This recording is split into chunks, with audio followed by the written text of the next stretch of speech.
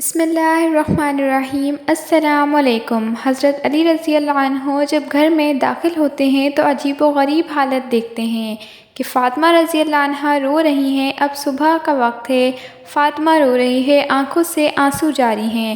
حضرت علی رضی اللہ عنہ دیکھتے ہیں کہ فاطمہ چکی پیسنے کے لیے تیار ہے اور قریب میں پانی گرم ہو رہا ہے اور قریب میں کپڑے رکھے ہیں جس کو دھونا ہے۔ حضرت علی حیران ہو جاتے ہیں کہ میں تو روز صبح گھر آتا ہوں، لیکن میں نے کبھی یہ تو نہیں دیکھا کہ میری بیوی فاطمہ رو رہی ہو اور پانی گرم ہو رہا ہو، کہیں کپڑے دھلنے کی تیاری ہو رہی ہو، کہیں چکی پیسنے کی تیاری۔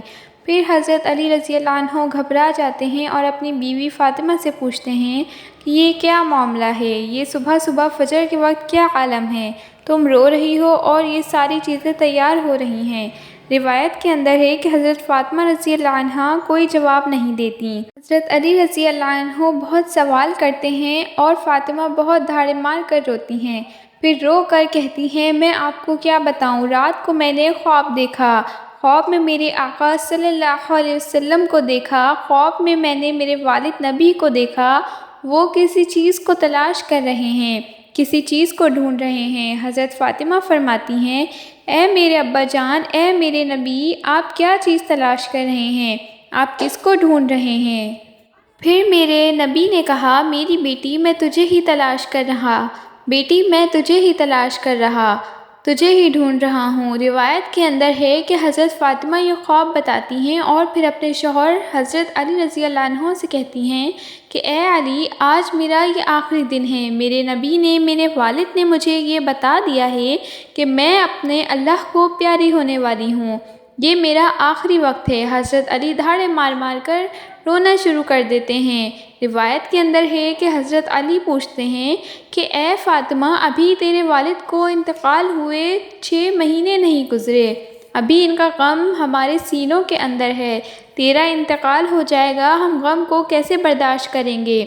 فاطمہ جواب دیتی ہیں کہ اے علی، جس طرح آپ نے میرے ابا کی وفات پر صبر کیا تھا، میری وفات پر بھی آپ صبر کر لینا۔ حضرت فاطمہ کی طبیعت خراب سے خراب ہونے لگتی ہے، بخار چڑھنے لگتا ہے، فاطمہ چکی پیس رہی ہیں، حضرت علی ان کے ہاتھوں کو پکڑ لیتے ہیں اور حضرت علی کہتے ہیں کہ اب بس کرو، آج تمہارا آخری دن ہے، تم ہمیں چھوڑ کر جانے والی ہو، یہ چکی کو پیسنا، یہ کپڑے دھونا، یہ پانی کو گرم کرنا، یہ سب تکلیفیں کیوں اٹھا رہی ہو؟ فاطمہ رو کر کہتی ہیں مجھے آپ کا بھی حق ادا کرنا ہے اور ہمارے بیٹے حسن اور حسین کا بھی۔ دنیا سے چلی جاؤں گی، میں چاہتی ہوں کہ چکی پیس کر جاؤں، کپڑے دھو کر جاؤں، بچوں کو نہلا کر جاؤں، تاکہ میرے بعد آپ کو کسی کے آگے ہاتھ نہ پھیلانے پڑیں۔ روایت میں ہے کہ حضرت علی ان کو سمجھا کر کھڑا کرتے ہیں، حضرت علی رو کر انہیں کھڑا کرتے ہیں، اتنے میں وہ پیارے بچے حسن اور حسین گھر میں داخل ہوتے ہیں۔ آپ سوچئے اس ماں پر کیا گزرتی ہوگی جو اپنے بچوں کو آخری دفعہ دیکھتی ہوگی۔ حضرت فاطمہ دونوں بچوں کو سینے سے لگا دیتی ہیں۔ حضرت علی رو رہے ہیں، فاطمہ رو رہی ہیں، ان کا رونا دیکھ کر بچوں کو رونا آ جاتا ہے۔ وہ 2 معصوم بچے جب روتے ہیں اور اپنی ماں سے پوچھتے ہیں ماں تو کیوں رو رہی ہے، اپنے باپ سے پوچھتے ہیں ابا جان آپ کیوں رو رہے ہیں، علی کوئی جواب نہیں دیتے، فاطمہ کوئی جواب نہیں دیتی۔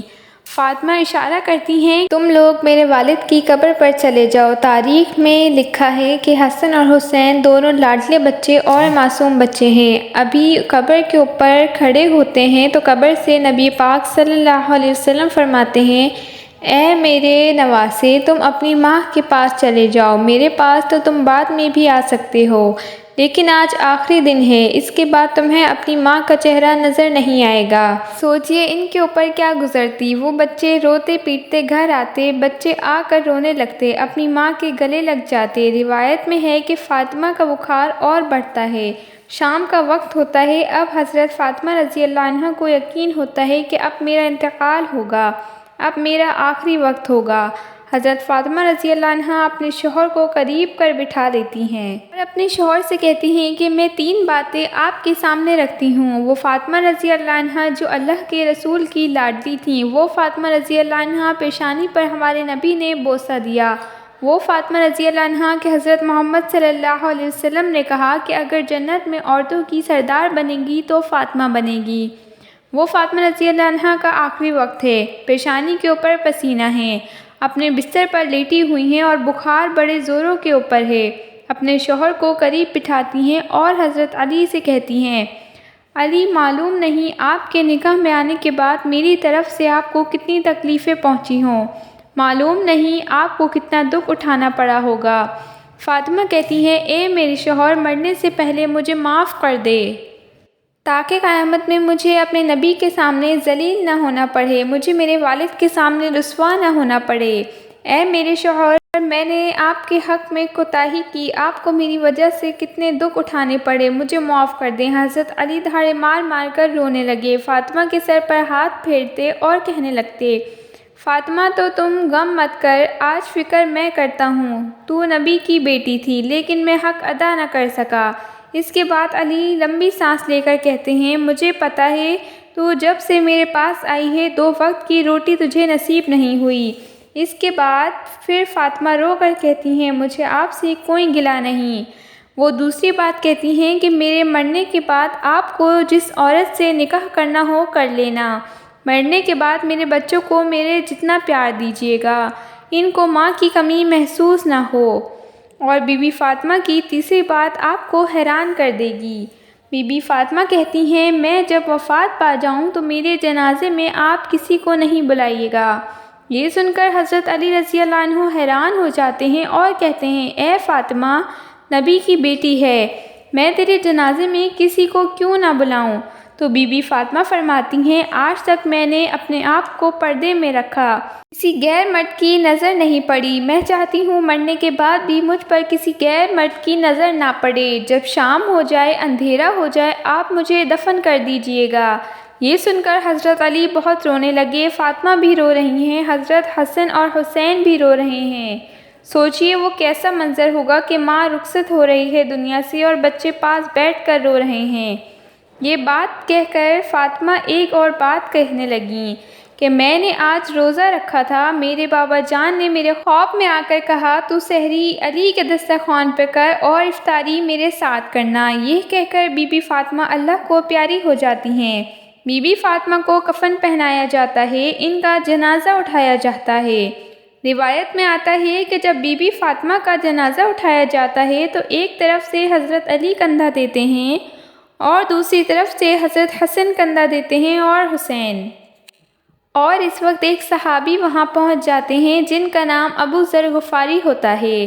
حضرت علی ان سے کہتے ہیں کہ آج نبی کی لاڈلی بیٹی کا انتقال ہو گیا ہے، ایک طرف سے تم کندھا دے دو۔ اس طرح سے یہ جنازہ اٹھایا جاتا ہے۔ روایت میں آتا ہے کہ حضرت حسن اور حسین رو رہے ہیں، حضرت علی رو رہے ہیں، حضرت ابو ذر غفاری بھی رو رہے ہیں، اور پھر جنازے کو قبر کے سامنے رکھتے ہیں۔ قبر کھودی جاتی ہے، حضرت علی اس قبر کو دیکھتے ہیں جس میں فاطمہ کو رکھنا ہوتا ہے۔ حضرت علی بہت زیادہ روتے ہیں، اتنا کہ ان کی داڑھی بھیگ جاتی ہے، ان کے کپڑے بھیگ جاتے ہیں۔ حضرت علی کبھی بی بی فاطمہ کو دیکھتے ہیں اور کبھی اپنے بچوں کو۔ یہ منظر دیکھ کر حضرت ابو ذر غفاری بھی رونے لگتے ہیں اور قبر سے کہتے ہیں، تجھے پتہ ہے کہ یہ جنازہ کس کا ہے؟ یہ محمد کی بیٹی کا جنازہ ہے، یہ علی کی بیوی کا جنازہ ہے، جن کو حسن اور حسین کہتے ہیں، یہ ان کی ماں کا جنازہ ہے۔ تب ہی قبر سے آواز آتی ہے، میں رشتہ دار نہیں دیکھتی، میں اعمال دیکھتی ہوں۔ یہ آواز جو قبر سے آئی تھی یہ بی بی فاطمہ کے لیے نہیں تھی، کیونکہ بی بی فاطمہ تو بخشی بخشائی تھیں اور وہ تو جنت کی عورتوں کی سردار تھیں۔ بی بی فاطمہ تو ہر گناہ سے پاک تھیں۔ یہ آواز تو ہم جیسے گنہگار کے لیے تھی۔ بی بی فاطمہ کو دفنایا گیا اور حضرت علی اپنے بچوں کو لے کر کافی دیر تک قبر کے پاس بیٹھے رہے اور علی بھی روتے رہے اور حسن اور حسین بھی۔